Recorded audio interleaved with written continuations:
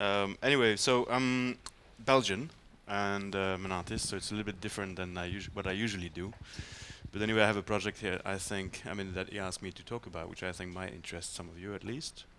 Um, I'm based in Marrakesh since 3 years now, and I have a long story of work. Maybe I worked 15 years as a conceptual artist, working mostly with ephemeral things. But since 3 years, I'm in Marrakesh, and I started working intensively with craftsmen there. Um, So the project I had in mind for many years, and then I started to develop. It took a long time to gather the money to do that, because I used to work a lot in biennales, art residencies, festivals, and the budgets were quite limited. It was always like maybe 1,000 to 5,000 euro production or something, which is fine to do a small show passing by. But the project I had in mind was a bit more mature, and I wanted to kind of upscale a little. The reaches of it and the depth. So my idea was to rebuild an engine with craftsmen, and I had yeah. Oh really? Okay, then maybe yeah, we can try and do that. You have a big USB stick? That would be best. So I'll start with a little story that there is many stories behind that project that got me interested in making an engine with craftsmen, but. One of them, for instance, started with my father. I was 8 years old. I grew up in Africa, in Cameroon. And my father was working as an engineer, and in the north of of Cameroon, border with Chad, he was installing a lot of water pumps, building water infrastructures, and so on. And one day, the Belgian ambassador received a letter, handwritten note, by one of the village chief in the north. And the note simply said, the pump stopped working. Please come and help us. And obviously they had installed this pump, and that's the only way they get water out of the ground. So this village the letter had took probably a month and a half to reach the capital down in the south. And so a month and a half without water. Anyway, my father was dispatched in urgency, and after 2 days of dirty tracks road, he arrived there in this village, and he thought maybe everybody's dead there, and he wasn't sure. He arrived and he saw the pump, and he was actually pumping water out of the ground. So he went to the chief of the village. He said, "I have the note." It's like the water pump. He's like, "Yes, the water pump didn't work, but we fixed it." So obviously he was astonished. It's like he took two engineers to put that up. How did you fix that? I mean, he was by that time quite used to the African magic, but anyway, so he will. And the chief of the village said, "Of course, we knew it would take 6 weeks for this note to come down, so we sent it. But then we gathered around that pump, and we thought, okay, what can we do about this?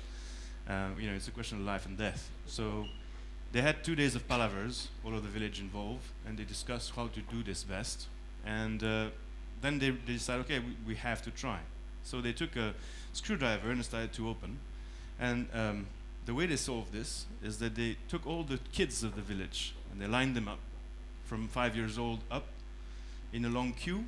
And every time they would remove a little bit from that engine, they would just that kid with it and say, okay, using photographic memory, you remember this piece goes there, between this and that and that. And then the kids lined up and they just like dismantled this whole engine until they found a broken piece.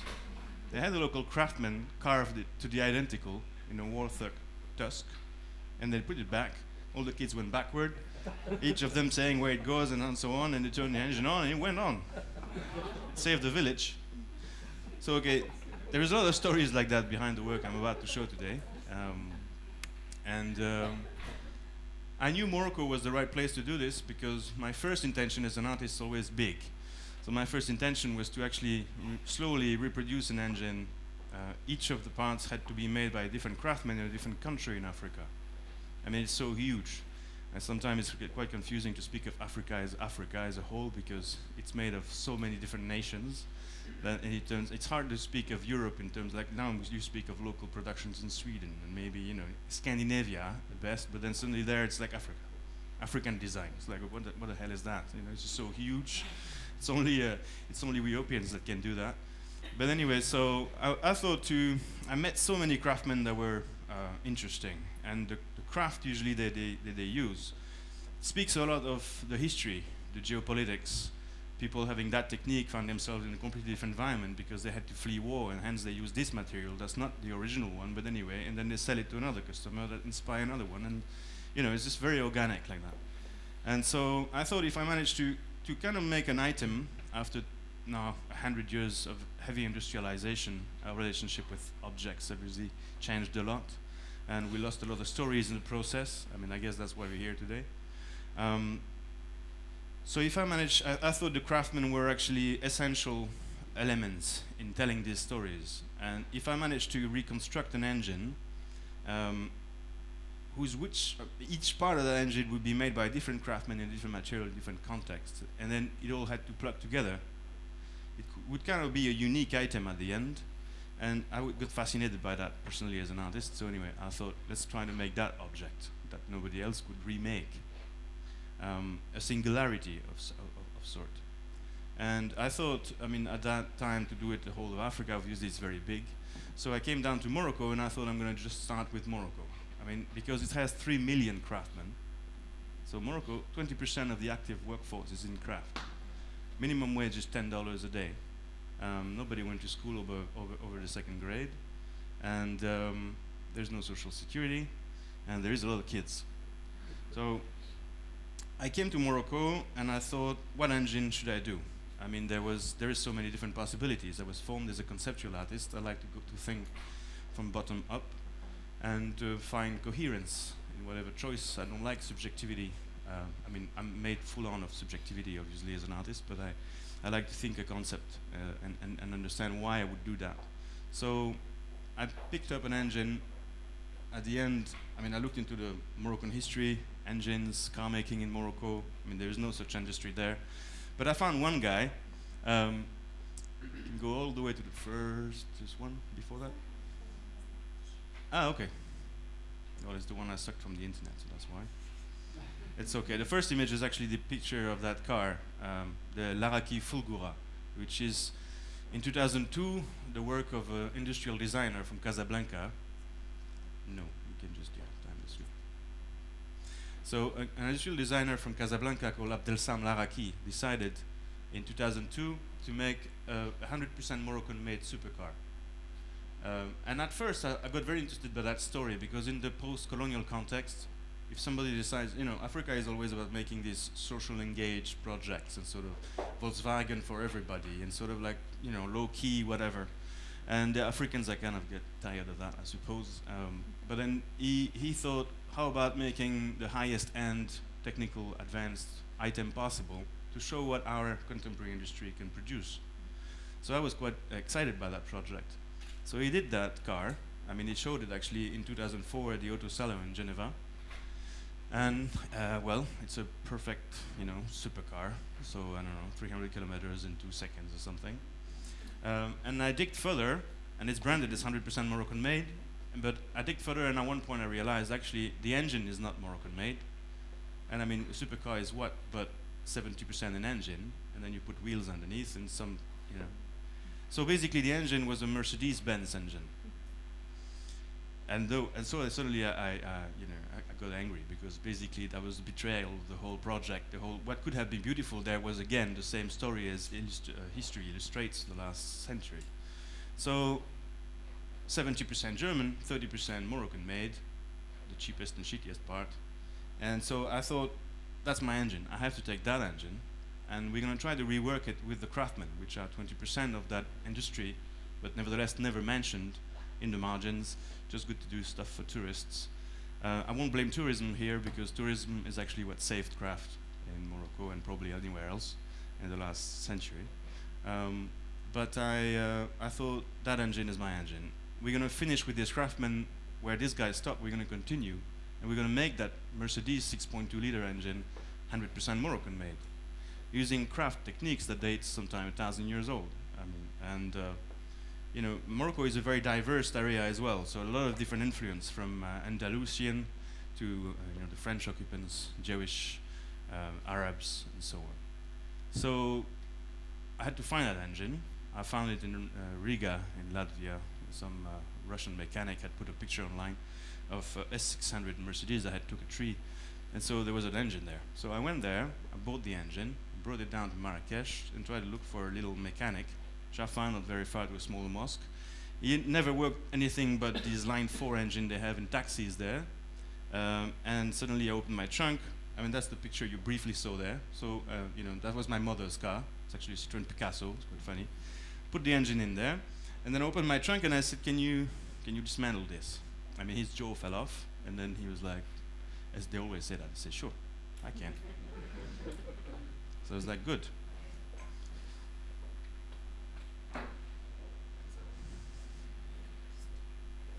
All right, thank you. All right, so this is Abdelatif.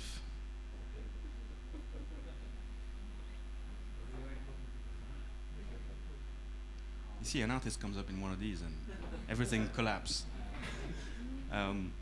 So anyway, we dismantled that engine, and I hardly gathered budget to do that. Actually, it blown the budget pretty much, twice, if not 3 times, by the end of the project. But it was a 9 months endeavor, and I had to find craftsmen to reproduce the 465 parts of that engine.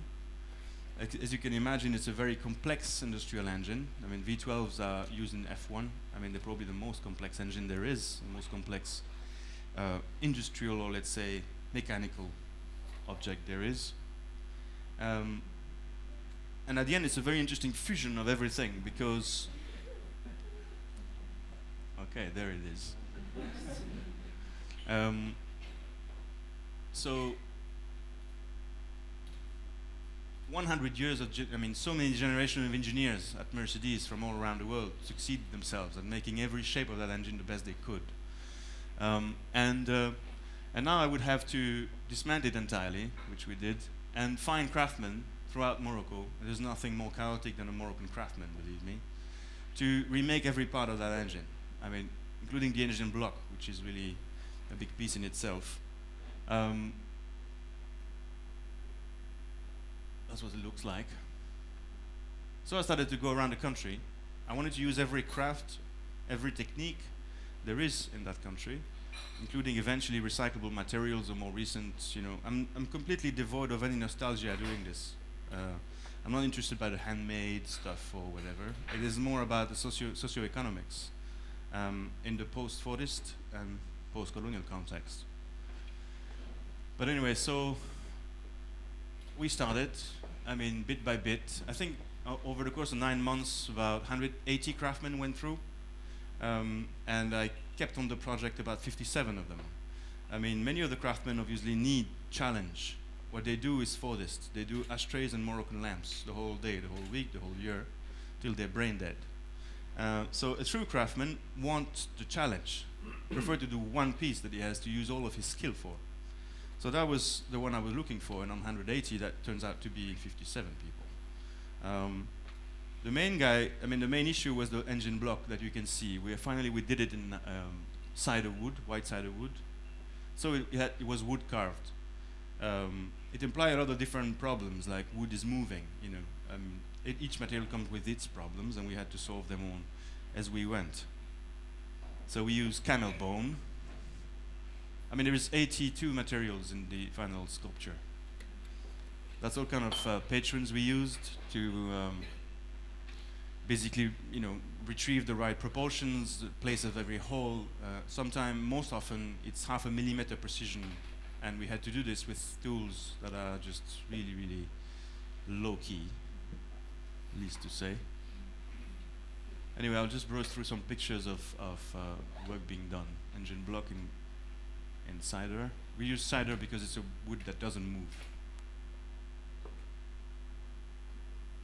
We use a lot of sand casting techniques, for aluminum and copper. So sand casting, that Mercedes-Benz part, for example, was very challenging. Some of you may know, but when you sand cast aluminum, when the metal cools down, it shrinks. So we had to cast sometimes like 10 times the same piece to get enough that were good enough, actually, because there's a lot of bubbles too. It's a very unreliable technique. And then slowly reassemble so we get it right. That's made of camel bone. Every gear was remade by hand. Every screw was sandcasted.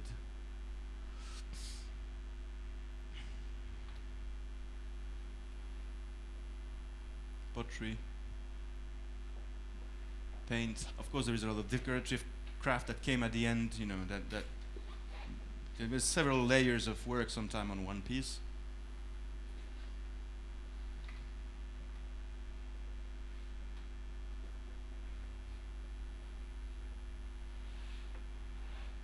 Anyway, so that's more or less what it looks like at the end. You know, gradually the atelier got filled by the copies of the originals. So we had like about 500 parts and then 1,000 towards the end. That's Zelige, terracotta, enamel terracotta. So we had to use the traditions, but we had to break them too.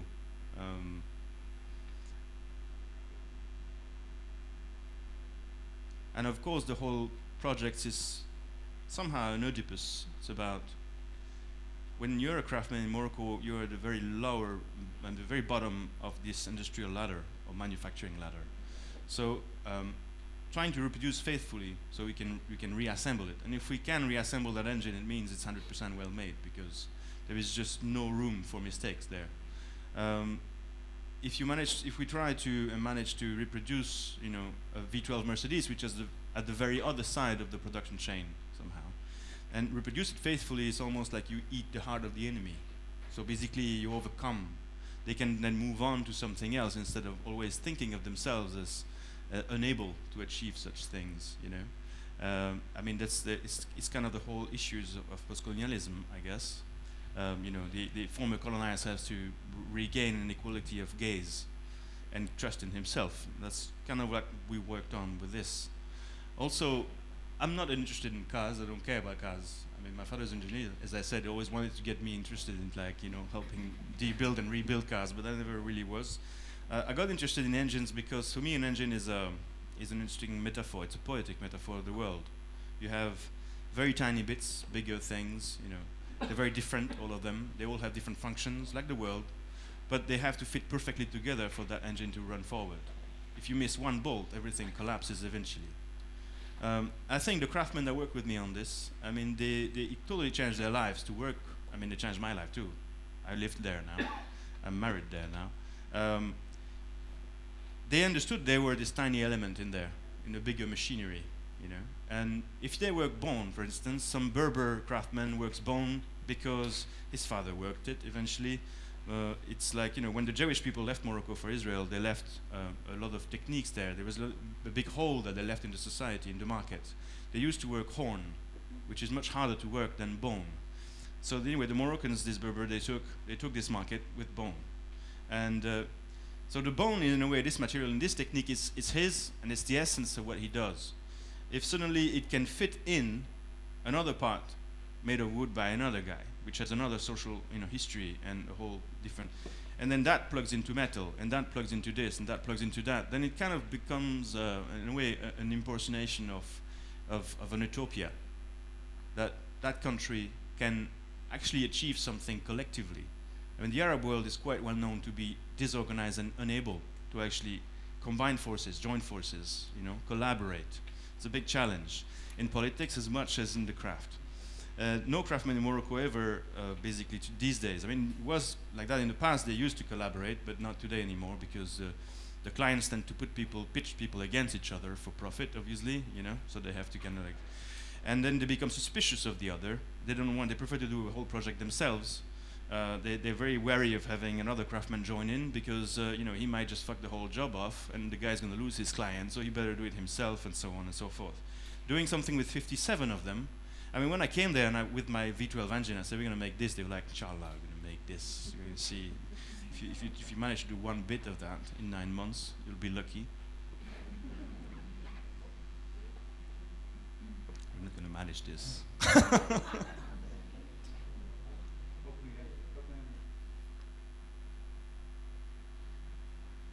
Oh, no, but it's okay. Yeah, can I retrieve it? Okay. All right.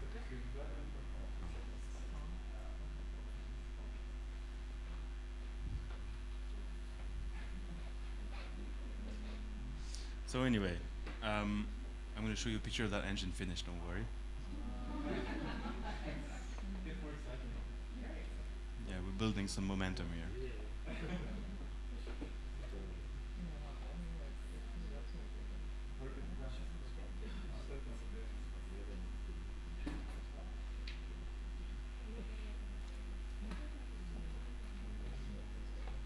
Well, anyway, so oh yeah. Okay, that's the crankshaft, for instance. Very complex piece. We had to cut one tree, the whole tree. So it's all about how you orient the veins for things to work. I mean, I'm gonna. You can. I guess most of you understand a little bit of these kind of technical difficulties. I can see how much we had to resolve to make this happen. I tried to involve as much women I could too. I mean, women in Morocco work with carpet making, textile, embroidery. I could use embroidery. There was not much textile and carpet using in the engine making, obviously, but so that's the cylinder heads, for instance. We went to the north of the country, the desert, past Ouarzazate on the Algerian border. They have fossils there, so they have this ammonite fossil, so 80 million years fossil of shells. And so I went around with a caliper in the desert, trying to figure out, an ammonite fossil that had the right diameter to fit a Mercedes piston. And so at the end we found 12. It's good we didn't find only 11.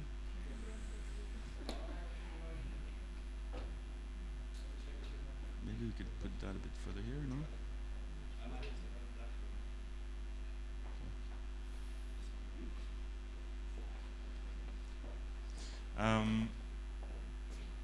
Trying to not lose my train of thought here. So we eventually managed to reassemble it. None of us knew what it would look like at the end. Each piece of that engine implied a certain material. People often ask me if I chose subjectively like this material for that piece. So, thinking of the overall somehow how it's going to look and the aesthetics or whatever. But it was not like that. It's a really organic process. Finding a craftsman that can do a piece is a challenge. Often I would try to let them decide. So I would scatter all the parts on the atelier and they would come, and choose which part they feel they want to reproduce. They know their material better than I do. And then usually the shape of the piece itself, obliged a certain material. Something that's thin and long had to be made in copper. Something that's heavy and sort of 3D has to be carved. Some stuff could be sandcasted, not everything, and so forth. Anyway, that's the atelier where this happened in Marrakesh. And this is like as we were mounting the engine slowly, probably after 7 months and a half, about. So we had to assemble, disassemble, assemble, disassemble. Every time trying to understand what doesn't really fit, what we have to improve.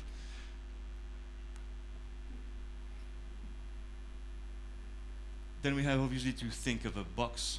I mean, I came with my mother's car. I had to leave back in that same mother's car. So it means I had the trunk of a Citroën Picasso to put it back in, and I had to frame it. So we basically made that that box, which is simultaneously a container to transport it and a pedestal to show it, because it's quite a fragile piece at the end, though very heavy. And it had to be insulated for temperature change, because any of the wood elements there's about 15 different types of wood. They would obviously explode and shatter if any kind of sudden change of temperature occur. So, as you can see, the engine would be sitting in the middle there, and then each side fold to close on the engine, or fold underneath if it's showing it. And we had cork on each side too, that spouse the shape of the sculpture to prevent it from being shattered. That's the box finished. Kind of based on the Ark of the Covenant. I'm gonna get good at this.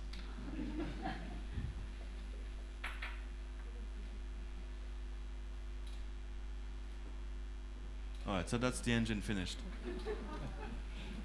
Was worth it.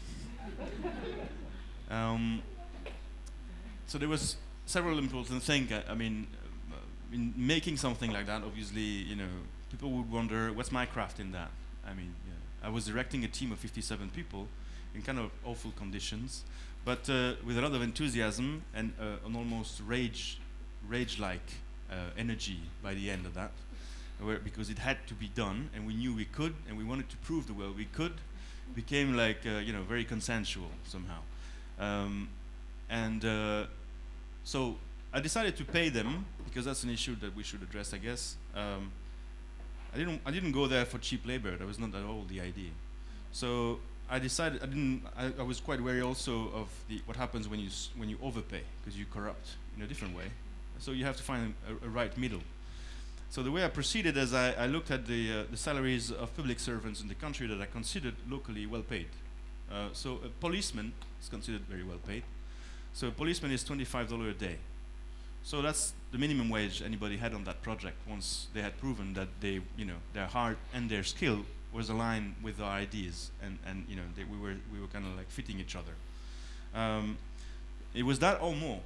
And for example, the Abdelkader is like the foreman of my atelier in Marrakesh now. It's a very, very enormous guy, full of experience. This guy, he's the one that did the engine block in White Cider.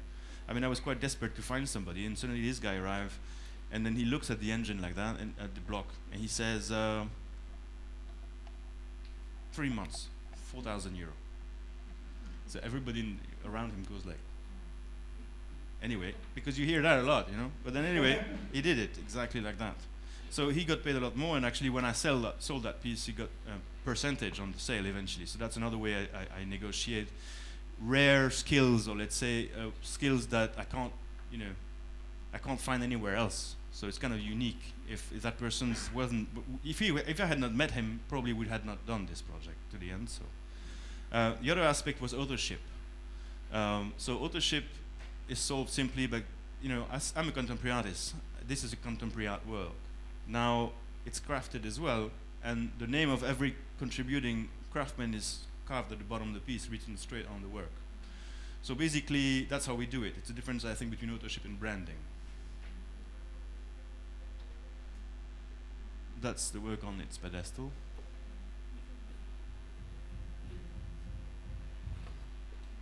Yeah, that's the names. And that's some of the men that helped me. They're all part of my team in Marrakesh now. That's Abdelkader. I mean, I'd like you to really be able to share with you the energy, the surviving will, the guts of these guys that have absolutely nothing, and nevertheless carried out this project with a very loving heart.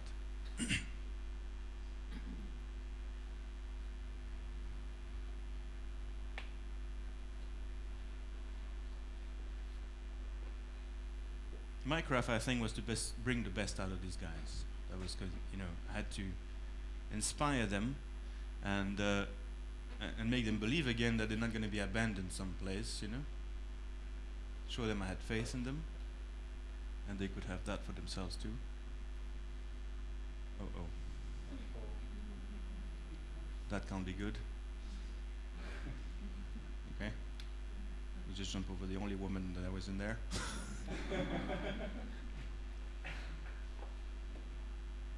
Isn't she beautiful? So that's the belt for the engine, So it was actually made of leather, but we superposed her textile on top. The mechanic, important guy. There is very different ages. I mean, the craftsman age goes from 20 to about 60. So that's some of the finished part, as you can see. There is a book we made. It took 1.5 years to make it, but anyway, you can, if you're interested by that story, I suggest you go and get it. You can find it online pretty easily. And you'll have the full story then. So for example, we decided to finish things inside out. All of these parts fit in this part. I mean, so it's this part exploded, right? Many of the craftsmen were wondering why they had to finish something that nobody will ever see. And how nuts I was to pay for that too. But I thought, I mean, I wanted to talk both to contemporary and Western culture there, because I see a lot of artists today making things that's all about how it looks and how gorgeous and huge it is and whatever. But I was interested more in the intimacy. So what's the story? You know? I find there's one problem with design too, I must say, these days. Like, okay, but what's the story? Where is that human? And does that inform us of that? I mean, I don't know. And in the souks in Marrakesh, 20 million tourists a year. I mean, tourism saved craft, but at a price. Obviously, craftsmen can do a great job, and they can, but then if they know that people are never going to open up the thing, or they don't actually care how it's made, they just rush it up a bit. Who's going to blame them? And so it's all perfect on the outside, and usually it's really crappy in the inside. You bring a chair home, and by the time it reaches Sweden, the temperature changes a little, and your chair splits in two. This kind of thing. And so here it was about telling to the Moroccans, maybe you want to reinvestigate the inside, the heart of the society, the spiritual values of that craft and what it actually implies, because that's precisely probably what you can share to the world, and vice versa because this object obviously is half. It's an industrial engine from the West that's remade with crafting techniques from the past. But so I've always tried to make an item, create an object that belongs 50-50 between two places, two influences, two cultures. It's very hard to find that. Usually you can get a thing that's inspired from the other one. Doesn't mean it belongs halfway to the other at the same time. Anyway, it's as far I went with this project so far in that direction.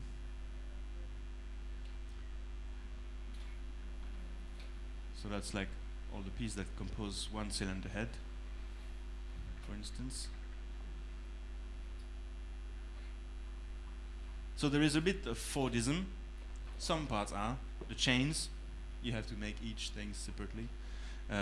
So sometimes you have some elements where you have a little bit of like production in chain, but mostly it's all unique parts,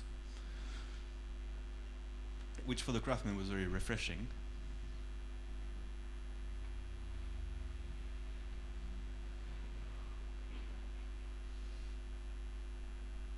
That's the book you can find online. Now you know what it looks like.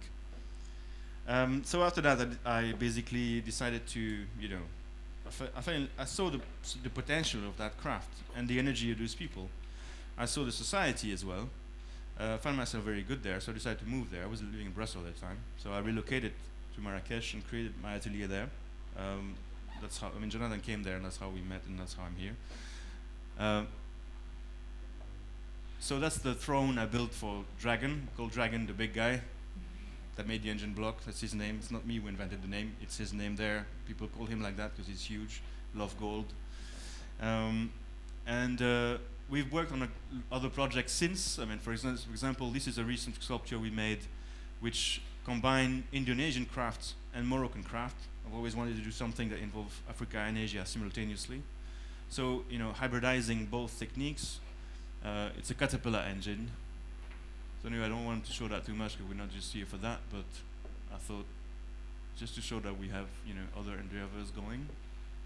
There is crafting techniques in Asia that had disappeared in Africa, vice versa, we can reintroduce them.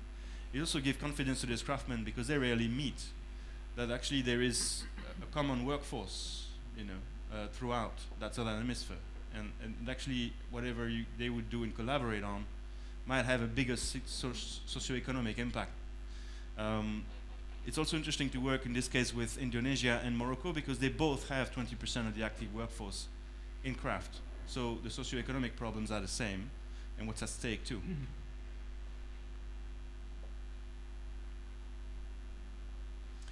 Anyway, and then I want to come and talk. That piece was interesting, I think, because it's the most sort of collaborative thing that happened on that project. It's a cylinder head made of camel bone. It's a 18,000 centimeter cube, so the cylinder head is this size. It took about 4 months to this Berber guy to actually remade it entirely in camel bone and resin, and then this Indonesian craftsman came and stayed with us for a month and a half and carved it over. And they started to collaborate, and actually now they just, they're on WhatsApp talking to each other all the time since. and they don't speak the same language. I'm not even sure what they talk about, but anyway, they're so excited. So I wanted to finish by what we're doing now, and I thought this project is one of the recent developments. I thought that project would be interesting to all of you specifically, according to some of the things we talked about, I think overlap. So Morocco is in a good spot right now, because since the Arab Spring, many of the foreign investment in the other countries went to Morocco, which is the most stable of the region, and really survived that, possibly because it's a king at the top, and it's very stable for that reason. But anyway, so a lot of investment, a lot of growth, and in this case I wanted to talk about Noor 1. It's a solar power plant off the coast of Ouarzazate, so in the desert. The Germans have been trying to do that in Algeria for maybe 7 years, 10 years ago. Never managed because it's so corrupted and sort of complicated, the case of Algeria. But they actually managed to do it in Morocco. And so it's the first phase of a 3-phase project that's called Noor, which means light in Arabic. And with that, Morocco, which is hosting in this November the COP22 after Paris, it's happening in Marrakesh. They're actually aiming at 48% of their energy to be renewable by 2020, which is just enormous.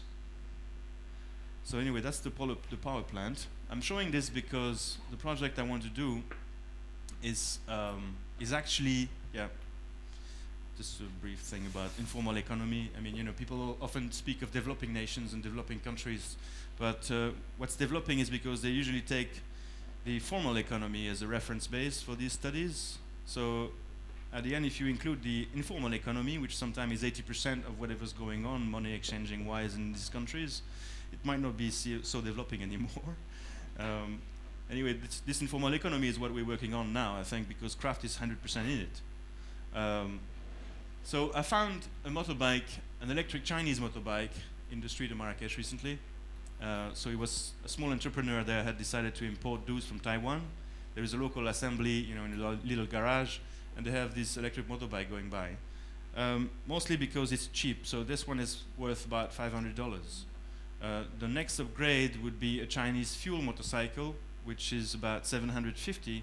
And then the next upgrade is an original Japanese gas motorbike, the T50 series, which is worth about $2,000. A lot of the craftsmen aim for the $2,000 one, even though they don't have money, because it's a way of social elevation. That's how they prove they're actually going someplace. They feel good riding a motorcycle that's actually worth something. So they don't manage to sell these Chinese motorbike very well. And I saw that and I thought, okay, let's work with the craftsmen on that. I'm quite confident. This is the first prototype we're making, which is a copy of the Chinese. It's a Moroccan copy of the Chinese copy of the Chinese copy of the Japanese original. It's a complicated story, really. But hopefully we can sell that to the Chinese soon. Anyway, so that first prototype is nearly finished. When I go back to Marrakesh now, we're going to test drive it. Then we're going to make a medium feature film about its production and the context in which it emerged, including the electric renewable energy by 2020. 3 million craftsmen that don't know what to do. They have a ministry of craft in Morocco. They have no vision whatsoever. All they think to do is produce more and more and more, which really just crushes the craftsmen even more. And so I think this is obviously not the final prototype because it's a very, very badly designed Chinese model. But I wanted to make the copy of that because it's local. But then at the same time now, what we're going to do is we're going to work with the Dartmouth College in New Hampshire, in the US. They have the Tech Business School and the engineering school there. And we're going to collaborate in making a second prototype, which hopefully will be commercializable in Morocco, using about 75% craft, 15% 3D printed parts, and then 50% parts that are locally manufactured in whatever places we can find.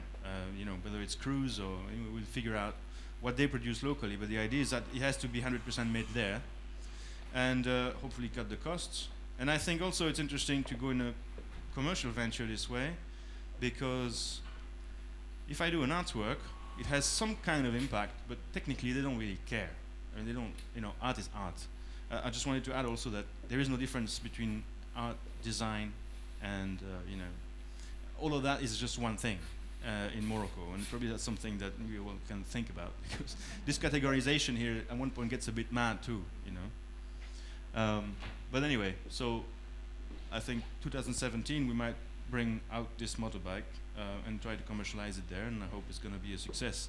We're going to see, because the whole study that the Tuck Business School is going to do about the market study and all of that might actually show that you need to sell it first in Europe so it becomes trendy in Morocco, so the Moroccan can buy it, because actually if it's craft made they don't have faith in it at all. They're going to say that's clearly bullshit, might look good.